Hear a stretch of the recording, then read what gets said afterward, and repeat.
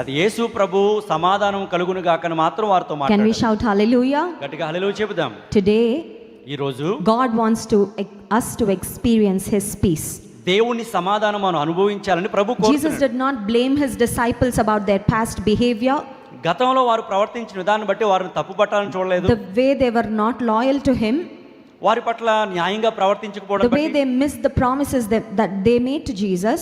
వారు యేసు ప్రభుతో చేసిన ప్రమాణాలను మర్చిపోయినట్లు కానీ But He spoke peace to His disciples. వాటిని ఏమీ జ్ఞాపకం చేసుకోలేదు కానీ సమాధానాన్ని మాత్రం In ప్రకటిస్తున్నారు. Philippians chapter 4 verse 7, the Bible talks about the peace that God offers to those who believe in Him. ఫిలిప్పీయులకు రాసిన పత్రిక 4:7 చదివితే దేవుడు తన ప్రజలకు అనుగ్రహించే సమాధానం గురించి మనం చూస్తున్నాం. Let's read Philippians chapter 4 verse 7. ఫిలిప్పీయులకు రాసిన పత్రిక 4:7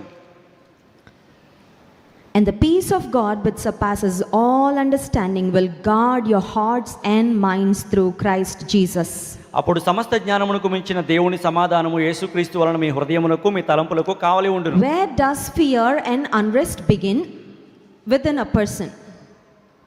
When a person is scared, where does the fear begin?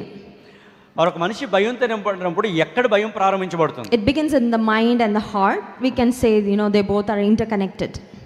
మన మనసులోని అలాగే మన ఆలోచనలో భయం ప్రారంభించబడుతుంది. But the Bible says that God's peace will guard our hearts and our minds.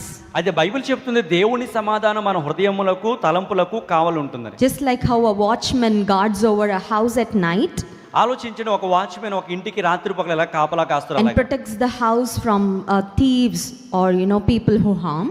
దొంగల నుండి హానికరుల నుండి ఆ కుటుంబాన్ని ఆ ఇంటిని ఎలా రక్షిస్తాడో, When fearful thoughts start entering into the mind, భయానకమైన తలంపులు మీ మనసులోనికి వచ్చినప్పుడు, when our hearts are gripped with fear, maybe because of things we see, things we hear, or maybe things we imagine, మనం ఆలోచించే అనేక పరిస్థితిని బట్టి చూస్తున్న సందర్భాలను బట్టి భయం మన మనసులో ఏర్పాటు చేస్తున్నప్పుడు, the Bible promises that God grants peace which guards our hearts and our minds in Christ Jesus. Bible వాగ్దానం చేస్తుంది యేసుక్రీస్తు ప్రభు వలన అనుగ్రహించబడే సమాధానం మన హృదయముకు తలంపులకు కావలి ఉంటుంది. If you are sitting here and maybe watching live in a restless condition, ఒకవేళ విశ్రాంతి లేని పరిస్థితుల్లో నువ్వు ఇక్కడ కూర్చున్నావేమో లేదా లైవ్ లో నువ్వు కార్యక్రమం చూస్తున్నావేమో, God doesn't want His children, His people to live in peacelessness.